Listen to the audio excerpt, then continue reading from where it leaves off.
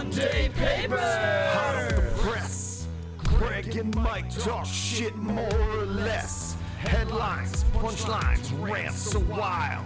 Sunday papers, it's back in style. Sunday papers. Read all about it. Read all about it. Lot of news. He's not really yelling. It's like it's always happening. The news.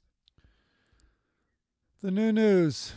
The new old news. That's really what's happening. Well, really, life is predictions and then news and then history. That's the flow of information or knowledge. I think it's regrets, agita, and anxiety. In that order. What is it? Stress, anxiety is about the future, right? And depression's about the past. There we go. Yeah. And then there's that sweet spot in the middle, which I have not found yet. Yeah. There's that. I've heard about it. Yeah, that whole thing about live in the now and be present. That's so like 90s. It's so not now. It's so not now. It's not now. Hey now. That's the only now. Hey now. I read a really good book by a guy named Eckhart Tolle, though, about Oh, yeah, I got it. Everyone got it. Did you read it, though? Bedside table. Bedside right there. Here's a good idea. Remember Kramer's coffee table book about coffee tables? Yeah. All right. Here's my idea. A nightstand that's made of the books that you are supposed to read. Interesting. It's got Driven to Distraction, which is the book about ADHD. Oh, yeah. I actually read some of that. It's got Tuesdays with Maury. Okay. Great Expectations. Uh-huh. Okay. That took a turn. The coffee table book of coffee tables, that's such, I think, and I could be wrong, a Seinfeld idea. Earlier today, I was on a Zoom and B-Movie came up. Remember B-Movie was a animated movie? Seinfeld, yeah. Yeah. So that happened in a dinner in the Hamptons. He was there with I guess, what's his name from DreamWorks. I'm forgetting his name. I'll get it in a second. And Katzenberg. I think he was there with Katzenberg, and he goes, you know what there should be a movie of? Like B-movie. You know the expression like B-movie, but this would be about literal bees. Unbelievable. You got a deal. Unbelievable. Like what? Well, I want to take out everyone at that table. That's from the guy who came up with comedians. Forget the car. Comedians talking to comedians, which has been the podcast format since Mark Maron apparently created it 16 years ago. There were also according to interview him. shows. There were also interview shows in the back of cars that already existed. Like the one you won an Emmy for? Carpool Karaoke? No, that was after. But what I'm saying is but people would interview people like in the backs of cars, like in cabs or whatever. Right? Yes. I mean, look, Seinfeld is a guy that I think understands what people will be entertained by for the most part. I think that's his gift. In the same way that Steve Jobs, Steve Jobs understood how to package and market a new computer. It wasn't a new computer. There was nothing technologically groundbreaking about the Apple except the sleekness and the user-friendliness, but he marketed it in the same way that he was not Wozniak was the great computer technician, and in the same way that Elon Musk didn't really create anything with Tesla. He put a brand on it and he marketed it. And that's in a sense what Seinfeld does with comedy. You think? I mean, what's what's his sitcom? It's a situation comedy. It's a comedy about nothing. No, it's not. It's literally an exploration of social mores, of social norms that are going on right now. It's an examination, the way observational comedy is, which has been around since fucking Alan King. And, right. So I don't know. I'm not taking a dig at Seinfeld. I think the guy's great, but I don't think he's ever come up with anything, including his comedy, that was very groundbreaking. All right. I said it. I said it. There, he said it.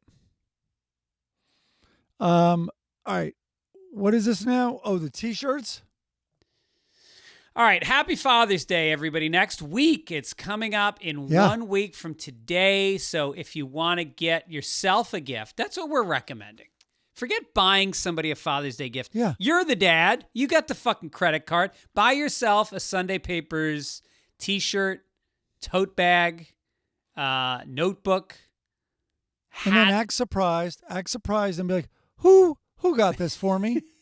And just be really touched and go around and be like, this is so thoughtful and sweet. Who did this? Yes. See which one says I did. You got on the T-shirt and the hat, and then they'll all say I did because they all forgot to get you something, which is what happens every Father's Day. Don't have a bad Father's Day. Watch the goddamn U.S. Open golf in your new T-shirt. My dad texted me. Wait, let me just finish the plug. So for Father's Day, 15% off if you go to fitzdog.com, scroll down to the merchandise, and when you buy, just put Father15, Father15 in the checkout and the discount code, and you will get 15% off. And get it now. It's getting late. Hurry up. Do it today. You said U.S. Open. There's also the French Open. Yeah, I've been watching a lot of that. That's what my dad texted me. He's like, "Are you watching Djokovic?" I guess Djokovic. Oh, lost the first set. shush. Oh. Don't say anything. I'm taping that one. Okay. But I did watch. Who did I watch today? Oh, that guy. Skinner. Sinner. I meant Sinner. Sinner's unbelievable. He sure is. He's seated number one. He hasn't dropped a set yet in the French Open. Not one set. It's the first player to do that since like the 80s. He is so powerful. He's 6'6". That's a Fitz fact if I've ever heard one. He's I 6'6". bet what's his name? The Spaniard did it, I'm sure. Alcaraz? No, but Nadal? Yeah. Well, maybe Federer. Yeah. Anyway, it's so exciting. I love watching on clay because the ball pops up a little bit. The rallies go longer. I love watching everybody slide around like a bunch of lunatics. And the women's, is just as entertaining as the men's. Why do you say that? Longer points. It's not as dominated by a big serve. Well, women's never really is, right? No, that's what I'm saying. That's why I prefer it to men. Sometimes if you get a guy who's a big I thought you server. meant women at the French. Oh, right. All right. What, the crowds look like a bunch of douchebags, though. All those French people. The guy with a blazer. Here's what I saw today. A guy with a blazer and sunglasses on top of the head, perched on top of the head, and then a pink sweater draped over the shoulders of his blazer, knotted in front. Oh, it sounds like I should be doing that look. Right? Well, you're going to go watch the French Open. What are you thinking? Yeah, I know. It seems more Wimbledon. Yeah. But I think, I think it's going to be a good finals. We got some good players left. And unfortunately, don't tell me about Djokovic. All right. So also, I wonder if I should I'll save this for later. But I think we should talk about Mark Maron for a minute because WTF, he announced a couple days ago, is going off the air after, I guess 16 years. It seemed, I'm not making a joke, it seemed longer than that to me. Yeah. Well, I think I started 15 years ago. I thought we started at the same time, but it was really like Chris Hardwick, Rogan, me, Corolla, all kind of started at the same time. Did Corolla start? I had no memory of Corolla starting that early. Let me look up when Corolla started.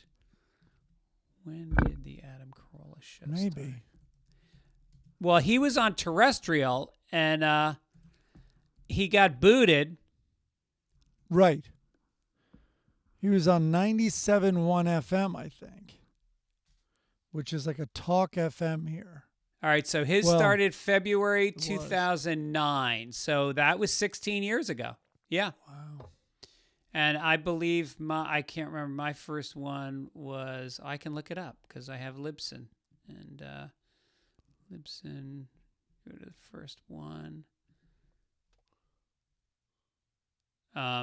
Yeah, so we wish Mark good luck. Congratulations on a long run. The guy has had the president on. He's had Carlos Mencia on. He did it all. He did it all. I just saw him in a trailer for something, so he's getting a lot of acting work. He is. He's got this show that's on right now, and it's about a golfer, actually. Yes, that's what I saw him in. Yeah. Yes. Sticks, I think it's called. Yeah. Yeah, with Owen Wilson. And yeah, here we go. 107. Speaking of shows, while you look that up, I started the Rehearsal. Oh yeah. What's that all about? I think some listeners have written us about it. I was under the impression I already watched 2 seasons because the first season doesn't start off. It's not supposed to take and this turn that it does. So I was wrong. Second season just started this month. And so the girls and I started watching it last night. We've interrupted our Happy Valley, which is outstanding. So we only have season 3 left. But the Rehearsal season 2, I mean, what timing? So I don't know how long ago he shot it, but it was probably a while ago. It's for HBO, and they do everything. Nothing's very rushed there. Yeah. They do it very well. And it's about airline safety. So, I mean, what's happened since he probably had this idea is incredible. So that's what we're watching. Okay. Yeah. It says here on my Wikipedia page that I started the show in 2006. I started the SiriusXM show, which you used to do with me. Sure. And then, yeah, that was in 2006. So we started, I think, in 2000. I think we did it right away, right? Maybe a year in. So it was probably around 2007 we started. Who? The FitzDogradio podcast. Oh, yeah. Remember you were in the building on Wilshire? That's right. Yeah. We were in Wilshire, and then we moved to that studio over on where Aerosmith used to rehearse, over at the Swing House Studios. Oh, yeah. And where you broke up a fist fight between me and the owner one day right before the show started. Oh, my God, that's right. And the greatest part about it was I got to the show late, and I was trying to park in an employee spot, and he was yelling at me that I couldn't, and I ignored him. So he followed me in, and then he cursed at me, and then I went at him, and you were standing there, and you're a much bigger guy than me or him, and so you just jumped in the middle. And the best part is, like, it was all on camera. It was on the security camera, and like everybody at SiriusXM was passing it around and laughing. That was our best work in that building. You know who was on the show that day? It was Doug Stanhope. Oh, was he? Yep. I got to check whatever his latest thing is. I got to check that out. I love that guy. But Mark Maron said in an interview with Cracked Magazine that he regrets having started the format where a comedian talks to somebody. Well, yeah, I think that's a humble brag, right? I think it's a little psychotic. Yeah, I think that I think that format might have popped up at some point. Yeah. But he did it well. He was a great interviewer. I bet he'll come back. Nobody ever quits. Nobody quits stand-up, and nobody quits podcasting. And boxing. Because it's fun, it's easy, and you make money, and you feel relevant. What's this about the Comedy Store? Well, I thought I'd tie it into a story that's going to happen later, but I guess I could do it now. No, I'll tie it into the story that comes later because it's perfect. Tease. It dovetails in very nicely. Our logo this week is from Jane S. Jane S. is a big supporter of the show and live comedy. She's come out to see me live, and she's wonderful. And she made a lot of logos for us. I've got folders of logos that she's made for us. I don't know if she's a graphic designer or whatever, but she always does great stuff. So that's us. I figured for the Stanley Cup Finals, I put that in there. She put a Flyers jersey on me. She did. And I'm in a blue and white one, so I don't know if that's Toronto. I think your junior high school team. Yeah. The Headless Horseman. The song is from Ray and Melody, who I think that's a father-daughter combo from what I remember, but great song. Thank you, guys. I sent it to you, right? I wonder if Ray has another kid named Chorus. That'd be cute. And Rhyme. Come here, Rhyme. Yeah.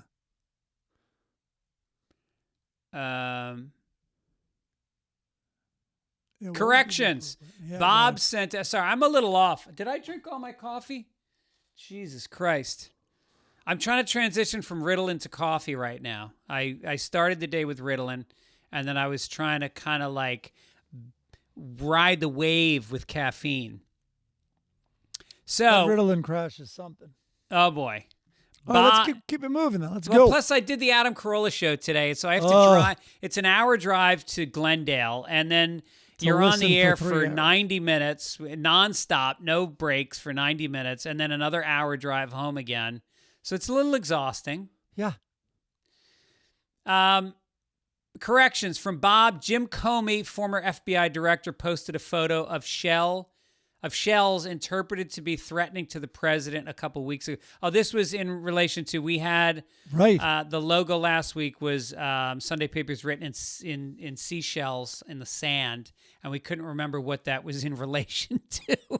I guess Jim Comey made some numbers in it was like 86, which is to get rid of something, and was it 49? Yeah, 49? Trump's number. Whatever Trump's number is. So it's lower than that, I think. You go, leading to a stern talking to from the Secret Service. I guess it's better than finding a dick pic on Anthony Weiner's laptop. So many dick references in that sentence. Weiner, laptop. I mean, that's ultimately, the first laptop was a dick. 86-47. No, 47. Oh, I think I'm predicting that he will also be the 49th president. He takes every other one off to launch Bitcoins. Tour dates. I will be in Sacramento, California with Louie C.K. June 13th and 14th. Nice. Torrance, California at a place called The End on June 29th. Austin Mothership, July 4th and 6th through 6th. Pottstown, PA at Soul Joel's, July 31st, my anniversary. I'm sure my wife will love that I'm in fucking Pottstown, PA. Point Pleasant, New Jersey, Uncle Vinny's, August 1st and 2nd. La Jolla at the Comedy Store, August 29th through 31st. Then I'm going to be in Denver, Connecticut, Vegas, Chicago, New Orleans. Go to fitzdog.com, pick up some tickets, come out and say hi. Always love seeing your faces. And you got that green envelope for the front page. Oh, And I got Let's some get more it. residuals, so that means it's going to be a fresh one with like a There 1 we cent go. check in it. But for now, this is still holding up. Here we go, front page. Oh, yes, there it is. Musk calls Trump's spending bill a disgusting abomination. I saw some of the late night jokes on this, and someone goes, that's coming from the guy who made his the truck. That was Jimmy Fallon. Oh, look at that. Yep. Of course, the funniest man on TV. Yeah, I agree. I'm sorry, but I just can't stand it anymore, Musk wrote in a post on X, his social media site. This massive, outrageous, pork-filled congressional spending bill is a disgusting abomination. Shame on those who voted for it. You know you did wrong. You know it. That's what he wrote, and until last week, led the Trump administration's DOGE effort to cut government spending and waste. The White House quickly shrugged off Musk's latest criticism. So what I noticed in this, they all keep calling it the big, beautiful bill. Yeah. It sounds like children. Yes. And anyway, she goes, look, the president already knew Elon Musk where he stood on this bill. It doesn't change the president's opinion. This is one big, beautiful bill, and he's sticking to it. House Speaker Mike Johnson, who led the Republican caucus's effort to pass the spending package, with all due respect, my friend Elon is terribly wrong about the one big, beautiful bill. Well, I mean, is this just if you say it enough? I mean, that's what's going on, right? That's what politics is. If you say something and you keep repeating it, eventually it just becomes accepted. But if you remember, we do our annual predictions every January. And mine was, I predicted the breakup of Trump and Musk. This is going to be one big, beautiful breakup. Elon, and here's how it's going to step out. Elon will start censoring Trump on Twitter. Trump will take away all the government funding for SpaceX, which will collapse the company. Elon will start funding candidates against Trump in the midterms. Trump will shut down Twitter and investigate all of Elon Musk's companies. And then it gets hard. Then it comes the nicknames. Felon, Elon, Elon. Oh, yeah. And aren't you an immigrant? Let's look into your immigration status, you South African. I just looked up. Here's Tesla's chart for the week. Is that bad? Down 32%? It went from, it looks like around high 360s, and right now it's at 332. So it's down 20%. 10% drop, I think. That's 20%, Mike. I don't know how you're doing your math. 15. Let's just agree with 15. Okay, sure. Let's split the difference. Sounds good to me. But yeah, I like that prediction. You got very detailed with it. Well, I'm just looking at both guys' playbooks, and Elon is very heavy-handed about who he allows to speak on SpaceX and who he kicks off. And he's got a lot of money, and he's already talked about that he's going to spend money against the Republicans that voted for this great big bill. Yeah, deep pockets. I mean, put it this way, just to put it in perspective. Elon has spent so much money on the election, on Trump's election, $200 million he spent on the election. And people go, wow, that's big. Is it? Because somebody said to me, if you were to try to understand the magnitude of Musk's wealth, he's the wealthiest guy in the world, you would have to say, all right, you know how you find $20 in a pants pocket and you're like, oh my God, fucking $20 in my pocket. Yeah. To get that feeling in proportion to what most people's net worth is, to get that feeling, Musk would have to find, I think it's $58 million in his pants pocket. That would be the equivalent of $20. So if that's the case, he spent on the election the equivalent of about $600 of his money. It's Right. like you and I spent $600. Yeah. And then he's bragging about it to everybody. Yeah. And he got a lot of fucking power. He ran the country for the last 3 months by spending $600 of his own money. Well, I'm looking forward to this beef because what you have here in these two are and this is apolitical, these are two of the easiest people in history to make fun of. Yes. So it should be rich. It's going to be rich, and it's going to be, I mean, I just know that Trump, name a longtime friend of Trump's. There really Right. aren't any. No. He just seems to not get along with people. I don't think he even has friends. I mean, really. All right, let's get to this next one. 2 grandsons of the late mob boss John Gotti accused of beating up in-law after he allegedly broke into the New York City home. John and guess what? Frankie Gotti. Hey, Frankie! They're grandsons of the late Teflon Don John Gotti were hit with third-degree attempted assault and harassment charges by prosecutors for allegedly slugging accused robber Gino Gabrielli. Gino! Who is the brother of John's wife, Eleanor Gabrielli. Gino got what was coming to him. You know who said that? Frankie's lawyer. That's my favorite part.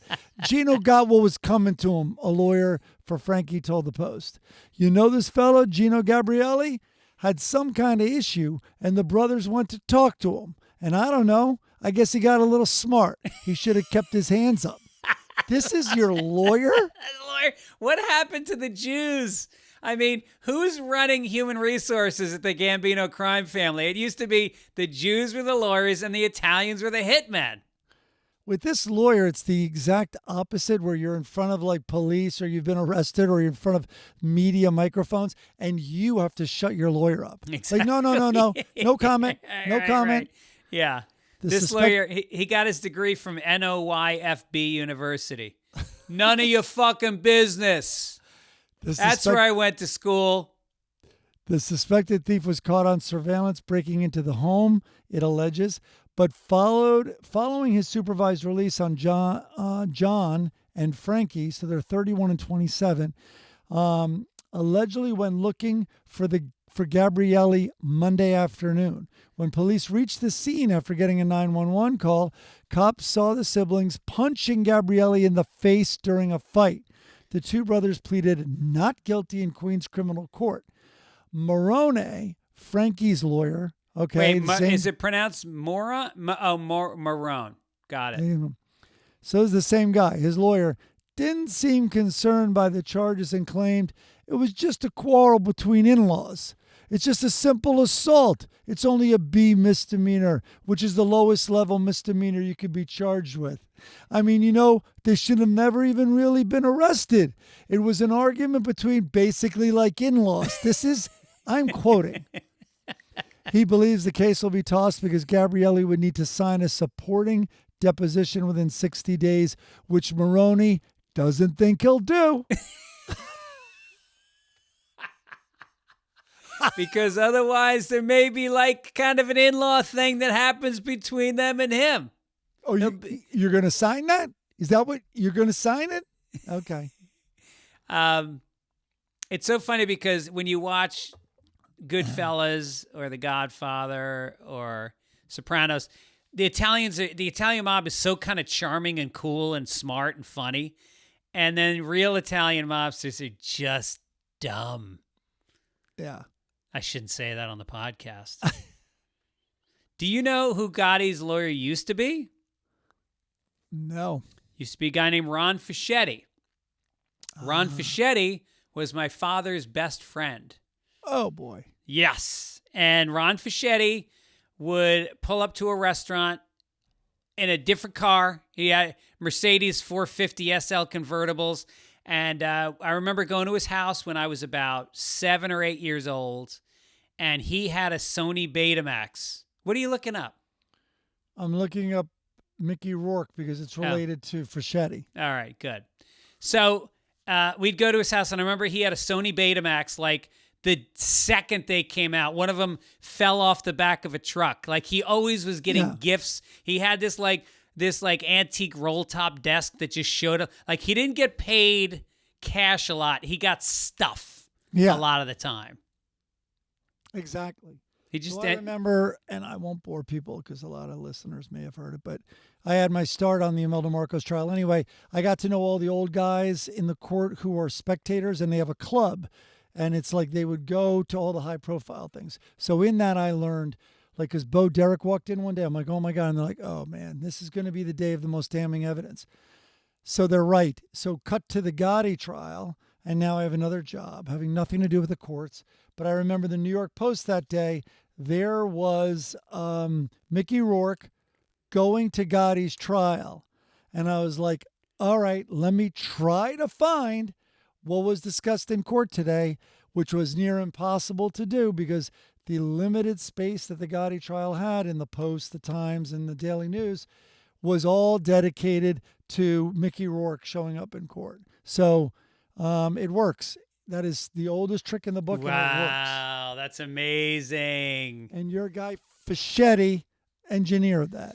Fischetti had, first of all, he just died last year. And, you know, his last case before he died was representing Donald Trump against Manhattan in that, you know, when they almost took him down. Yeah, that was him.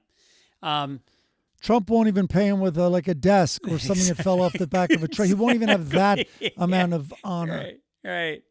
So he goes, he would always do the summation at the trial at the end.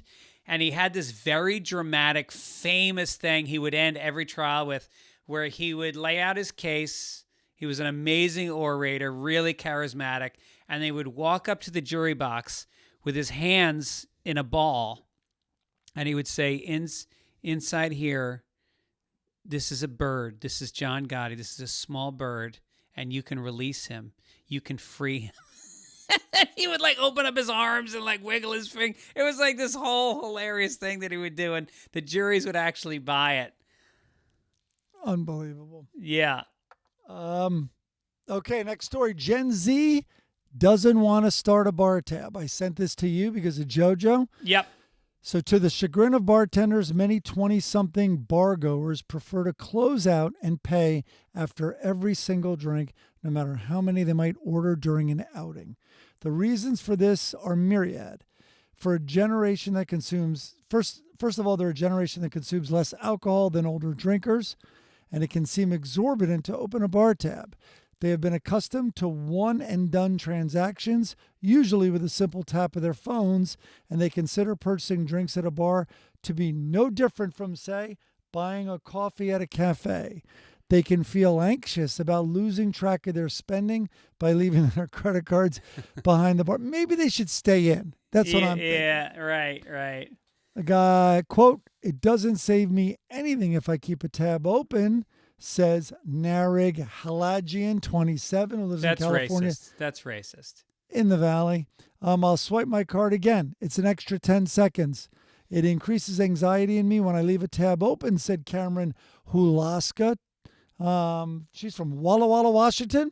Yeah, I get anxiety when there's a possibility I might be buying somebody else a drink. Right. If we want to move somewhere else, it's a lot harder to close out and then leave. These are the same people that they like to end every relationship after the first date, quit every job after 3 months.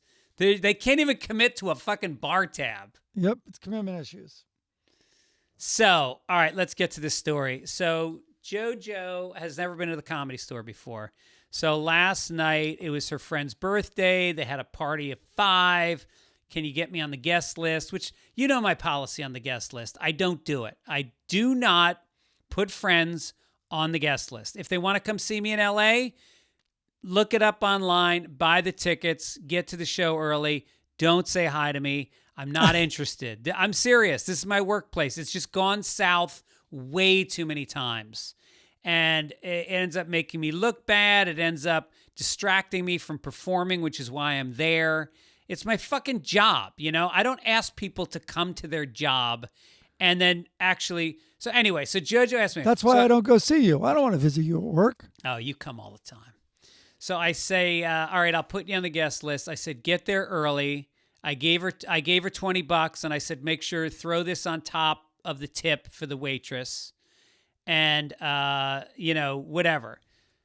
So I drop her and I drive her to the club because I had a show last night. So I said, I'll drive you guys. And I dropped her off in front of the club. And then she goes in. And then this morning I get a text for, yeah, we kind of had an issue last night. Like, I guess they went to pay the bill and her debit card didn't have enough money on it. And her friend didn't have a fucking credit card or cash. So now JoJo had to like go get her, they lock up the phones at the Comedy Store in a sleeve. So she had to go, she had to go to the front desk, unlock her phone in the middle of the show, transfer money from her bank account into her debit card, pay the lady, and then there was an extra charge for another $85 that she didn't understand. And the waitress goes, oh, that'll be that we were just holding that or something. And now today they're still holding it. It's still on there. And now JoJo wants me to resolve it with the club. Where's her $85? What the fuck? The best is you're talking about your family. Yeah. No, the resourcefulness. So the girls they were here a week. You wouldn't believe how many times I'm like, it doesn't even matter. You can just imagine all the questions. I'm like, do you not have Google on your phone? Like, do you want me to send you the link to Google? Right. Because that's what I'm going to have to do. No, that's what I hear. Yeah, we want to go to a show at the Comedy Store tomorrow night. Okay, I'll put you down on the list. Which show? Oh, I don't know. Can you tell us what time the show? Can you Google it? Can you literally type in COMED? At that point, it will take you to the calendar of the club. Yeah. Oh, man, I'm sorry about that. Who's on the show? How the fuck do I know who's on the show? You look it up. How much money do I have in my account? What? Oh, my God. Unbelievable. I said, JoJo, you can't live within $50 of your total life savings on a fucking, Yeah. Little buffer in the account. How about us, man? I think it was the beginning. I'm trying to remember. When did the debit card, the bank cards? I think when we were freshmen. Yeah, freshmen. They were giving them out at the student union, the applications. But we still, for a while, had to be like, if you like as people say, you ran out of money on a Saturday, you didn't have money Sunday. That's right. Because we didn't have credit cards. And they wanted us to have credit cards so bad. We'd go to the student union, and they literally had a table with Frisbees on it. And we were such idiots. We're like, what's with the Frisbees? Well, if you fill out this application for a credit card, we'll give you a free Frisbee. Fuck, yeah. Where do I sign? Think about that business decision. You have a credit card company, and you're like, we are giving them to people who are thrilled to be getting a shitty Frisbee. Yeah. Like, is this really who we want to be in business with? Well, you're in business with their parents. That's what they understand if your kid's in college. They're like, exactly. 21%. Yeah. That's what's coming back to us on that Frisbee guy. So, Defense Secretary Pete Hegseth? Yep.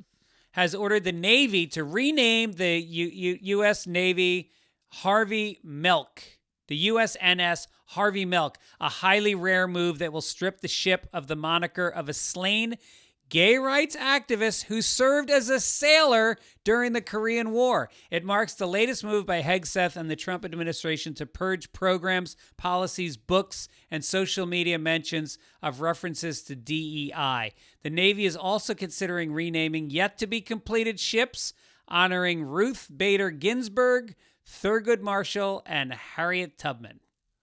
Oh, boy.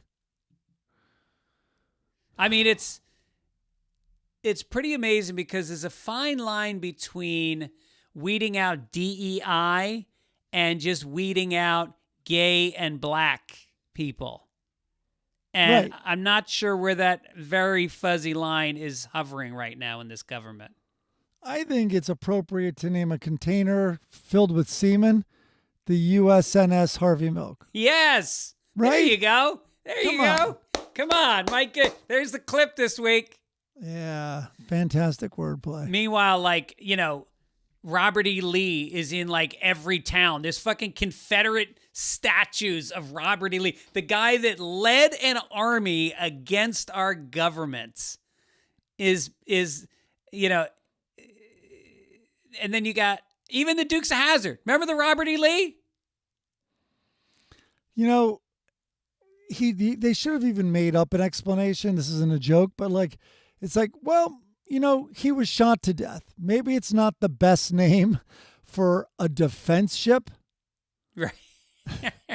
Harvey, oh, that's right. He was shot to death. God damn. Yeah.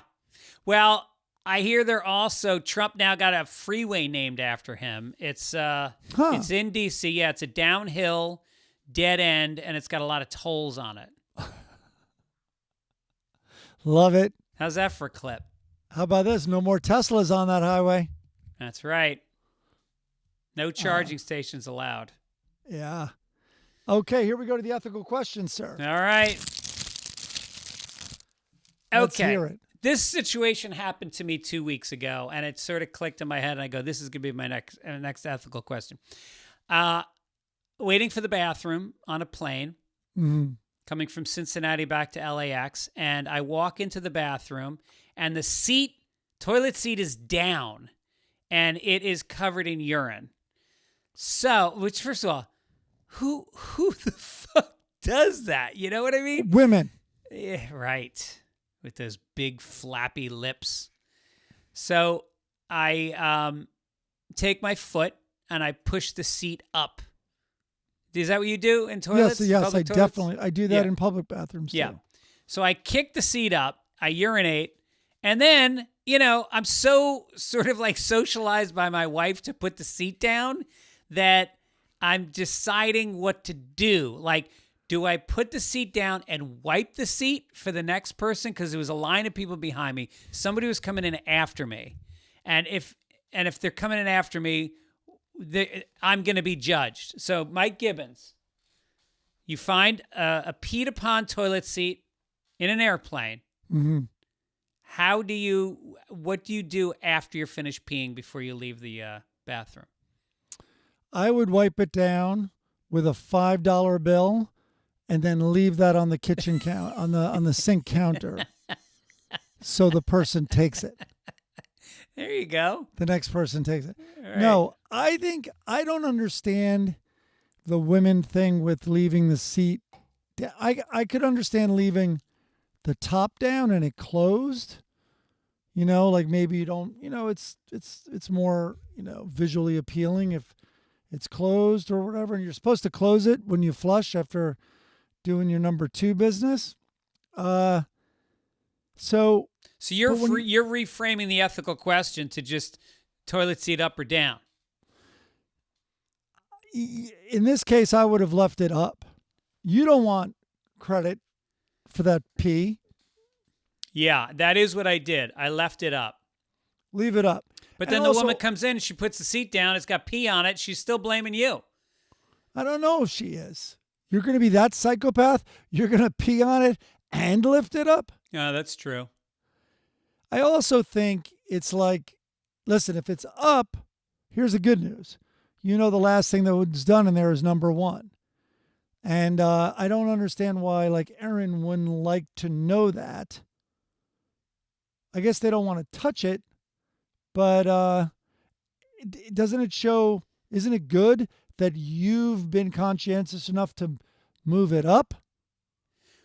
Why is there not a pedal on the ground to lift and lower toilet seats in public toilets?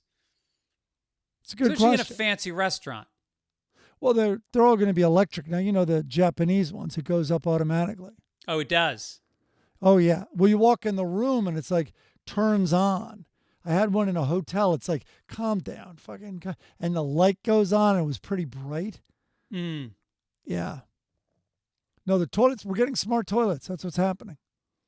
I did hear that about closing the top, though, before you flush on a deuce, because I guess a lot of vapors come out of the water. Tons. I used to have a girlfriend that would say that. Like, she'd be like, hold my drink. Like, if we're at a concert or something. And I'm like, what? I'm like, all right. I go, but you're talking nonsense. Then COVID happened, and they're like, it's unbelievable because they were talking about even COVID and poop can be airborne in the bathrooms when you flush it because so much goes airborne when you flush it. Wow, that's gross. So gross. Jesus. Especially yours. None of them are solid. I know. My wipes have become like... I'm joking. I knew nothing about it. It's like after the Exxon Valdez spill, just people out there with fucking paper towels trying to absorb it between the cracks and the dying rocks. Seagulls. Oh, no. All right. Let's move next on. We're week going to you'll go. ask me an ethical question. What's that? Next week you'll ask me and hopefully not as scatological. No. I was just going to say, if you leave the seat down, put a little poop on it just so they know that, that's when it's down. That's what that means. That's what I was doing. It wasn't peeing. Okay. Make America Florida.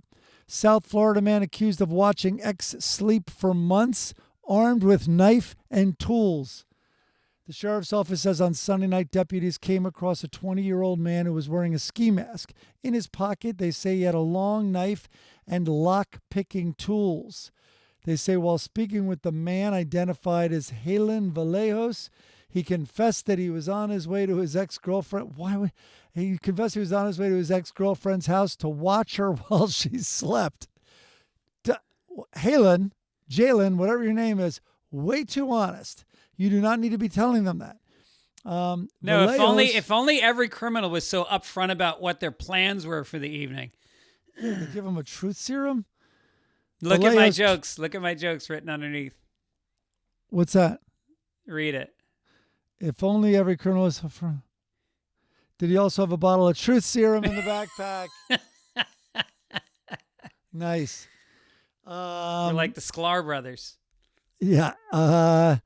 So Vallejos, who's 20, expressed he wasn't sure of his intentions on Sunday night, and he was afraid that his actions could escalate, deputies say. What, do you have 2 bottles of truth serum? They searched his vehicle where he drove to the area in and found a backpack containing duct tape, wire cutters, spray paint, and a sledgehammer.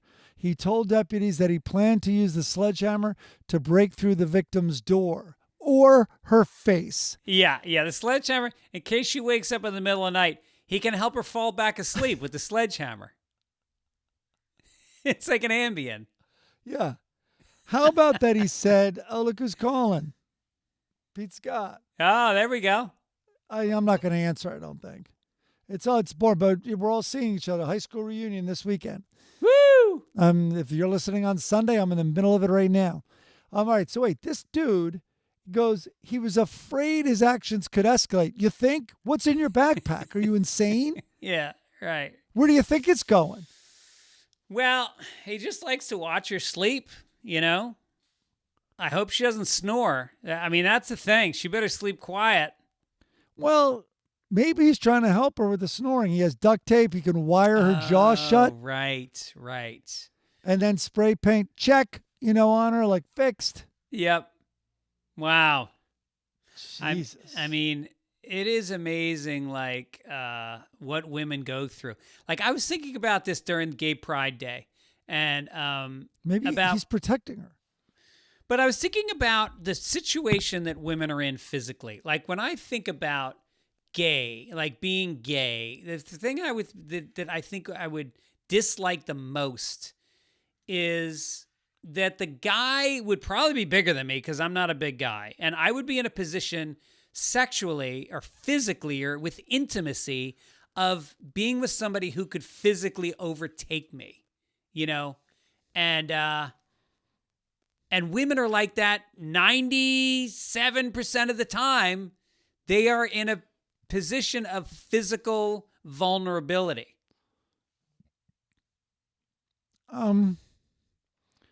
Yeah, I guess they're only vulnerable if there's a threat, right? Yeah, but you have to, if you're playing the odds, if you're a woman who's basically going into a situation, maybe it's a one-night stand, or even if it's the first time you ever sleep with a guy, you don't know. You have no idea. And there's a little part of you, the preservation part of you, that has to be scared that he's going to attack you. Yeah, I know. It was like what I wanted to say to my girls when they both left L.A. to go to college was like, all right, we have to have a little talk. You're leaving L.A. Out there are real men. And some of them aren't cool. Yeah. So, right. not men who are going to be scared of you like here. Right. All of them. But yeah, no, you're right. It's funny to think about it that way. Do you think that's why sometimes women can be so dominating in relationships? Maybe, yeah. It's false front, But I think if I was going to be gay, I guess I would probably just find like a little guy. Because first of all, then the ass sex doesn't hurt as much. I can beat him up. I can stop him from attacking me. Oh, the little guy's also little downstairs? That's what I'm hoping. You mean in the front or the back? In the back. Oh, I don't know if I'd like that. Oh. All right, let's make America Texas again. Here we go. Okay, our story starts in Palm Beach, Florida. Oh. A Texas man was arrested overnight Tuesday after investigators said he jumped a wall at Mar-a-Lago with intentions of winning the heart of one of Trump's granddaughters. Maybe he also had a backpack with wire cutters and duct tape. The U.S. Secret Service detained 23-year-old Anthony Reyes shortly after midnight at the Mar-a-Lago property. Agents and Reyes openly admitted to trespassing. Agents said he openly admitted to trespassing and told them that he wanted to get inside the president's Palm Beach home to, quote, marry Kai, Trump's 18-year-old daughter. He also said he wanted to, quote, spread the gospel to the POTUS. You want to get one of Trump's.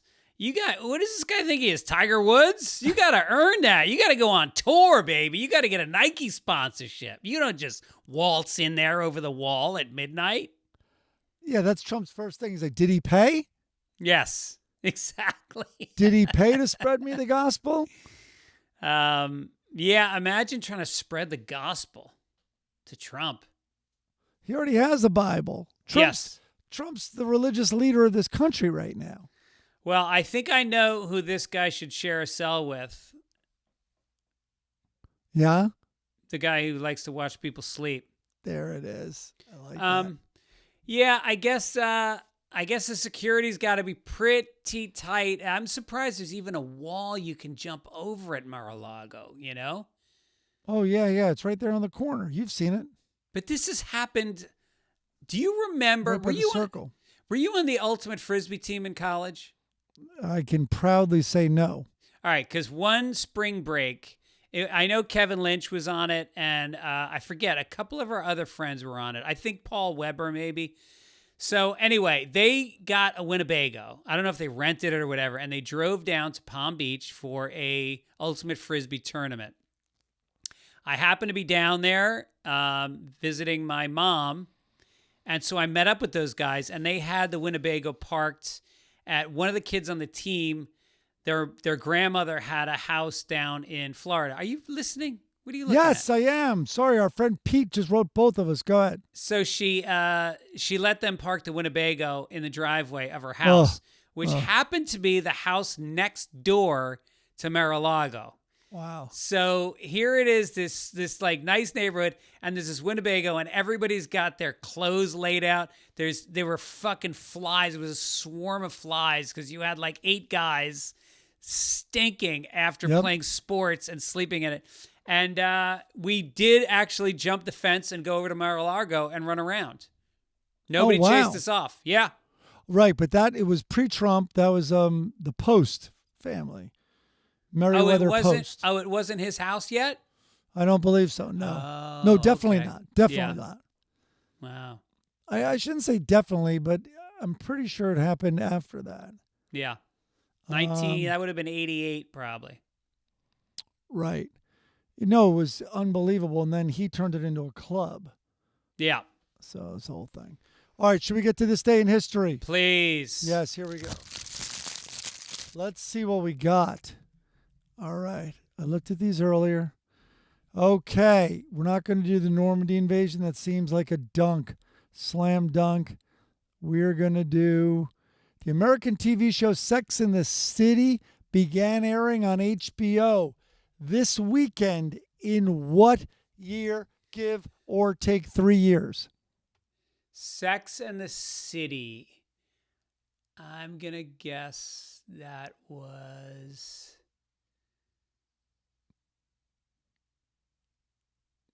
96. Oh, 98. Yeah, baby. You did it. There we go. I remember Okay. living in New York at the time and thinking this is not like New York City at all. Chicago's elevated loop train, commonly known as the L. Huh. I thought L stood for elevated. That's what I thought. What are they saying it stands for? Well, they're not saying that, but they called it the loop train. Anyway, Chicago's elevated loop train line, commonly known as the L, began its operation, and it became one of the longest and busiest mass transit systems in the United States. In what year did the Chicago L begin operating, give or take 15 years? All right, I'm going to guess because it was elevated, that means the city was already built up. Too much so to maybe go underneath. It's an old rickety subway. I got to say it was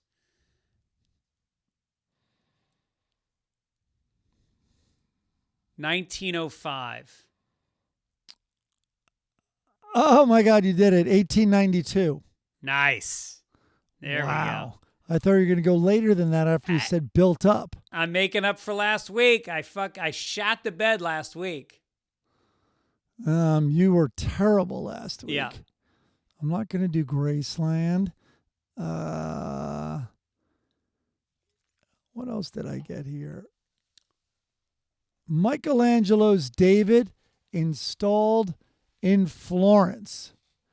It was believed to be installed on this day in what year, give or take 60 years? 1620. 1504. Son of a bitch. All right, let's do one more here. We got, Kanye West. I remember I had another one. Well, I guess one thing you could do is when you have one is put it No, in I the can't. script. Here we go. Muhammad, Yeah. the founder of the religion of Islam and of the Muslim community. He died in Medina on this weekend. In what year, give or take 300 years?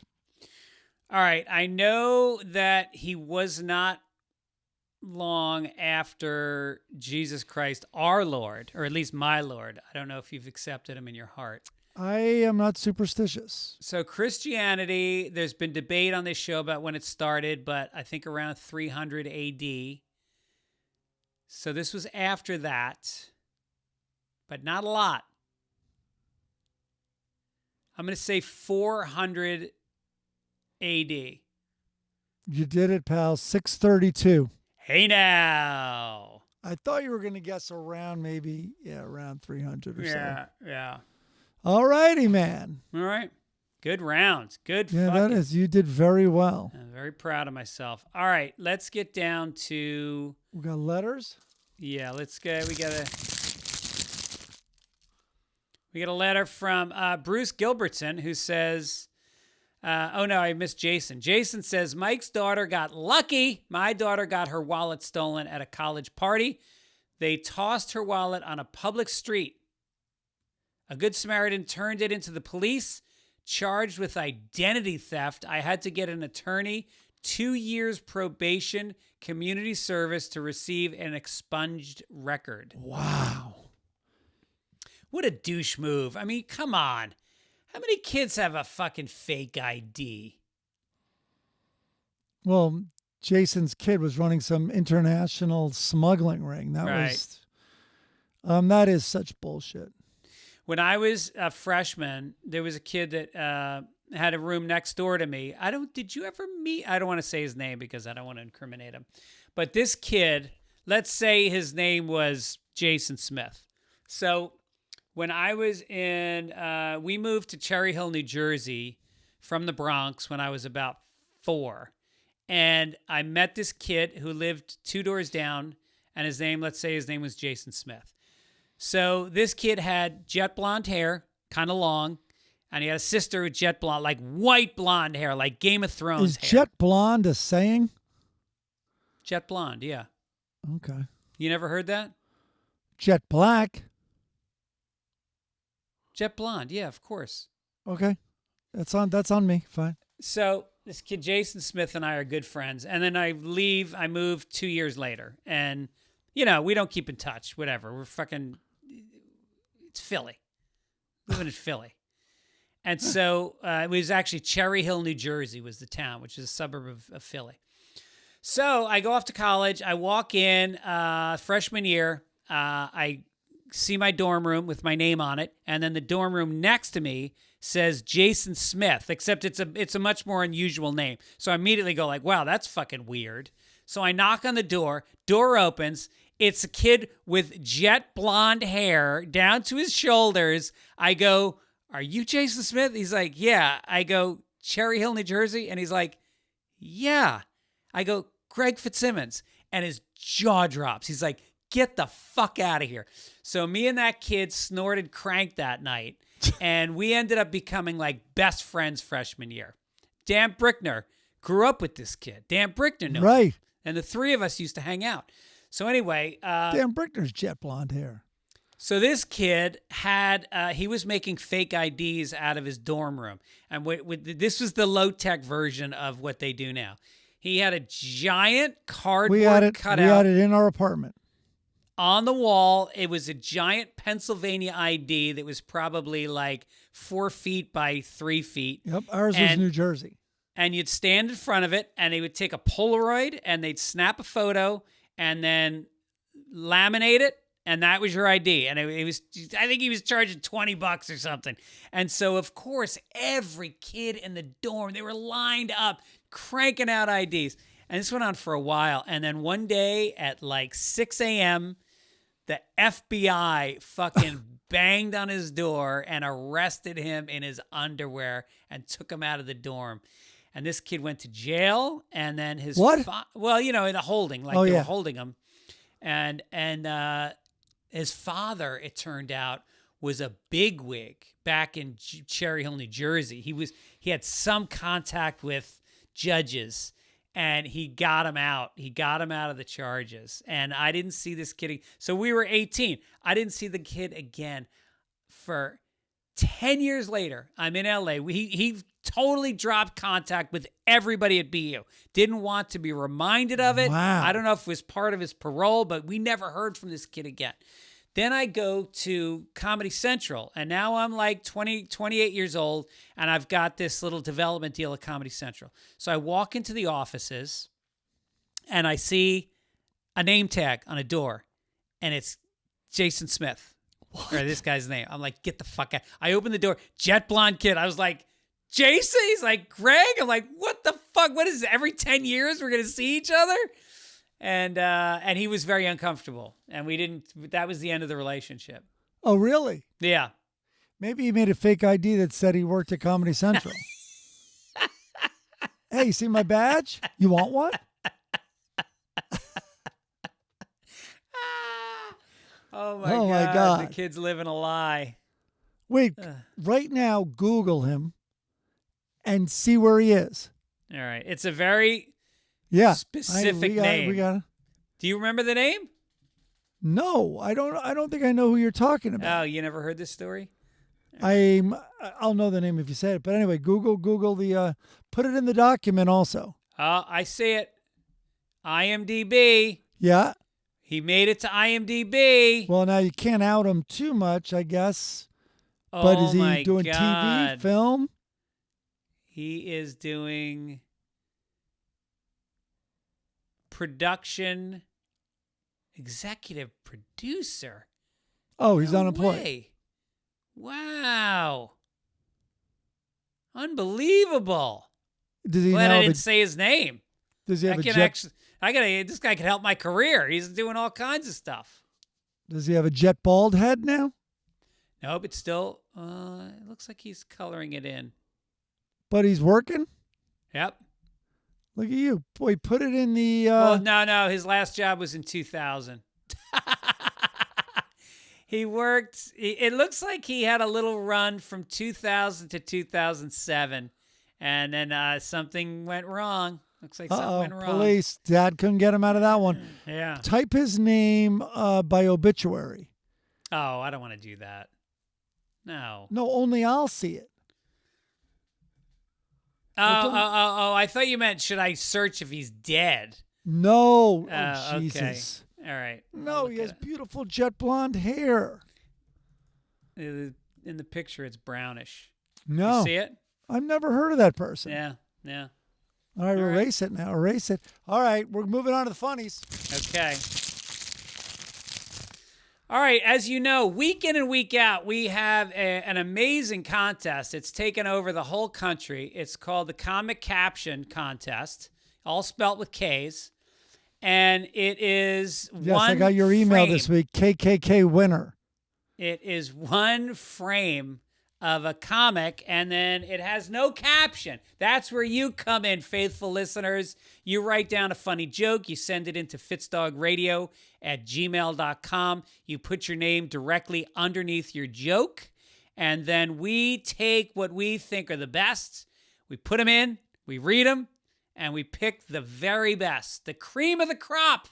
That person then wins a Sunday Papers koozie. Now, if you don't win, you can go to the website, fitzdog.com, and buy one for 15% off with code FATHER15, and you can get one delivered. All right, so this past week, the comic is a doctor walks into the room, his doctor's office, and he's got a hypodermic needle that's literally bigger than he is. He's hauling it in.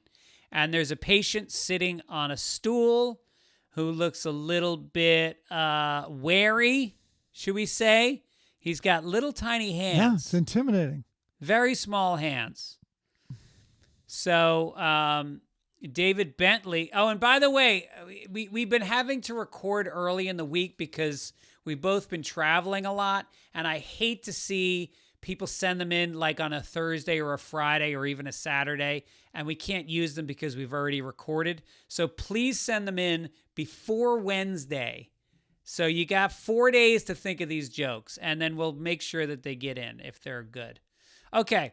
I don't think the hands was intentional. No, I just think it's a style. Because that's the style, because the doctor has small hands too. Yeah. All right, go ahead. David Bentley says, RFK says this syringe full of AIDS should fix those tiny hands. What I like, this is why I said it first, because I think David picked up on an interesting detail, the small hands. I like it. Yep. Also, we love AIDS in our punchlines. Yeah. Ron said, Dr. Riley insists on showing every new patient, quote, the needle that cured Magic Johnson.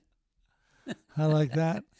Bill Hansen said, we now have to use the much larger American-made microchips in the vaccine, so this is definitely going to hurt. The wording could be smoothed over a little bit. Mia says, relax, you won't remember a thing. Okay. Steve Albers says, thank you for your participation in our clinical trial for elephantitis vaccine. It's a big one, right? Matthew Leavitt said you wanted the everything vaccine, right? That was a good read. Kelly Hatfield from Quincy, Mass. says, here's the newest SpaceX vaccine. Prepare for takeoff. Lane from Denver says, yeah, it's big, but you ought to see the haystack. All right. Jason Cobb said, here's the Joe Rogan dose of testosterone. Oh, got him. Bill Fitzgerald says Mr. Bumstead finally gets some TRT. Parentheses, that cuck. All right. What's TRT? Testosterone. All right. Well, the Magic Johnson joke reminded me, I think I told you it was a bummer that Norm Macdonald didn't use it, but when we had a sports show with Norm Macdonald, the NBA, ESPN came out with the 100 best NBA shots or the 50 best NBA shots of all time. And someone had wrote, and at number one, whatever shot Magic Johnson takes every morning. Yeah. And he wouldn't do it because it technically isn't a shot. It's a cocktail. Oh, And we're like, get over that. That's the best Norm joke we've written. oh my God. I know. All right, so I think we both like that Magic Johnson joke. Yeah? Yeah. I mean, Norm wouldn't, but the microchip, yeah, I guess so. I guess it's Ron. Okay, Ron, congratulations. Please email us at fitzdogradio@gmail.com. Mention you won, give us your address, and within 2 days, you will receive your koozie. There you have it. All right, next week's caption, next week's cartoon that you will caption is very simple. It's a gentleman at a urinal, and he's standing there. He's got his hands in front of him. It's a shot from behind, and he is looking over his shoulder. He looks very stressed out, and there are 4 guys behind him who are all holding their crotches, twisting and turning in agony. They all need to pee really bad. And they're in a line behind him at the urinal. That's it. There you go. Okay. Let's get to a professional. This is, again, we can't remind you of this enough. The Sunday Papers is for everybody. Old people read the obituaries. Middle-aged people read the business section. Young people will read the entertainment. And the kids read the comics. Mm-hmm. So what they did years ago was start syndicating a strip about Vikings. You know, the guys that raped half of Europe over 2 centuries. So now we have a comic strip dealing with those themes every week for kids to read. He's always with women. He walks into the doctor's office, and there's the nurse, and she's sitting at the desk. And he says, here I am 15 minutes before my appointment. And she goes, that wasn't necessary. We don't have that policy here. And then you hear from inside the office, ow, shriek, no. And then he runs out and says, I can hear why. Well, he doesn't have to worry. That's obviously a female patient that's in there with the doctor. Yeah. Also, I can hear why doesn't really track to the policy of arriving early. Logically, yes. You know what I mean? Right. Right. I'm not accepting it. I'm not accepting it. It's also a dentist, I believe, Greg. Oh, it's a dentist. All right. There you go. I didn't notice the little tooth in the background. Yeah. All right. And then we got the Lockhorns. Leroy is in the bathroom of a hotel. He's got the little tiny shampoo bottle in his hand. And Loretta goes, take the shampoo bottle, Leroy. That could last you several months. It's a good joke. It's a good, solid joke. Poor guy's losing his hair. They're not getting along all the time. And now they're in a yoga class and sitting next to each other, Indian style. Can you say Indian style? You can. And they're sitting next to each other, but Leroy is looking hard to his left with a pervy look on his face, and there's a very hot yoga woman next to him. Indian. And Loretta goes, you're supposed to contemplate your own navel, Leroy. All right, contemplate a navel. I didn't know that was a phrase. Oh, well, you got to know that's a phrase. Yeah. Finally, what is it? You're supposed to be moving it in and out because of the breath? Yes. Got it. Finally, we've got Leroy in a clothing store. Loretta is looking at a dress with a big smile on his face. And there's a sales guy talking to Leroy. And Leroy goes, how much am I looking to spend? Nothing. Yeah. How much am I looking to spend? That's a better read. I think that's what it, because I've been trying to figure it out now. Yeah. How much am I looking to spend? Nothing. Here's a BC comic, and it's one frame, and no dialogue. BC? Is that BC? That's BC. he's coming down the road on one of those newfangled things called a wheel. And he's standing on this wheel. It oddly is very similar to the skateboards and stuff that have a wheel like that now. So he's standing on the wheel and he's coming down the road. And then there's his buddy who probably has a name, Bucktooth, looks really like an idiot. And he's sitting on a rock in the middle of the road. He looks mentally challenged, yeah. He does look mentally challenged. And then a sign, a road sign, even back then, says dip in road. Now, here's the thing about that. Dip is a very dated expression. But that was used when I was a kid. People got called a dip all the time. Then we upped it to dipshit, right? Yes. Because I don't know that anybody says dip anymore, do they? Would our kids know what dip is? I don't think. Low key, I don't think. Also, can we break down this poor dip? I mean, it's almost like back then. I don't know when this guy, Johnny Hart, wrote this comic strip. Let's assume it's like the 70s. This man is mentally challenged. He's intellectually challenged. Yes. And that's a punchline, He also, does he think he's trans? What's going on with that top? Well, he's so mentally challenged, he doesn't know how to dress himself. He's got big buck teeth. He's got cross eyes. His hair is not groomed. He should be in a home being looked after. Too bad they didn't have structures then. It's a almost, home cave. It's almost like at Halloween, how we used to get dressed. Did you ever dress up as a bum for Halloween? Oh yeah. You mean like we literally dressed as homeless people. We wore old clothes, we made ourselves dirty, and then we went out and had some fun.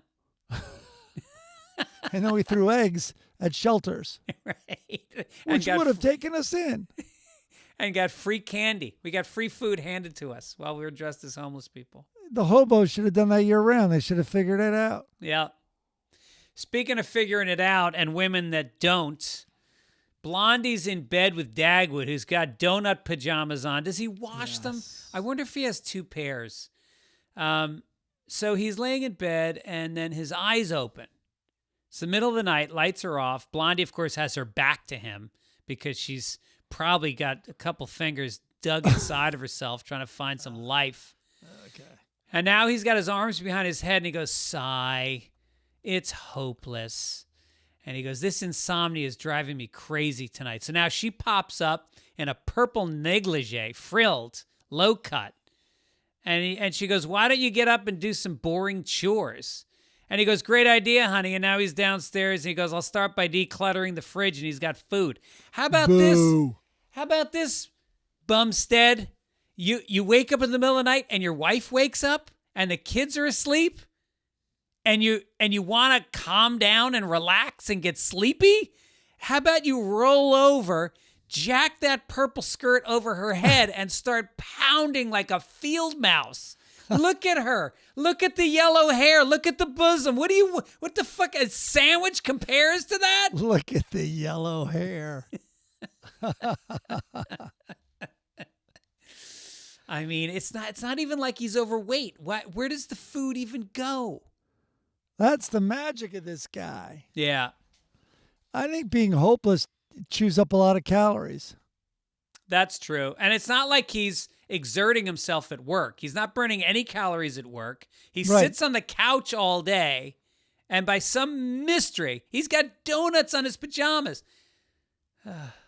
Meanwhile, I think in the garage, she's set up like where he usually does his chores, and she's rigged that so it would explode and kill him. But what does he do? He goes right to the fridge. Yeah, right to the fridge. Oh, Bumstead. All right, well, listen. Thank you guys for listening. Don't forget, Father15 to get 15% off all the merch. And also, I will be in Torrance, California at the end on June 29th. Come out and check out that show. Mike, anything you want to promote? Yeah, the rehearsal. Can't say anything about it, but it's really good. Yes. All right. I'm going to watch it this week. We'll talk about it on next week's podcast, which we're taping on a Wednesday. So really get those jokes in as soon as you can. Sorry that we're not closer to Sunday on Sunday Papers. This is just a little patch we're hitting where we're both traveling a lot, but we'll get it done. All right. Well, that was fun. I'll talk to you soon. Take it easy. Bye-bye. Bye-bye. Sunday papers, hot off the press. Greg and Mike talk shit more or less. Headlines, punchlines, rants so wild. Sunday papers, it's back in style. Sunday papers, hot off the press. Greg and Mike talking shit more or less. Headlines, punchlines, rants so wild. It's like the news got drunk and had a child.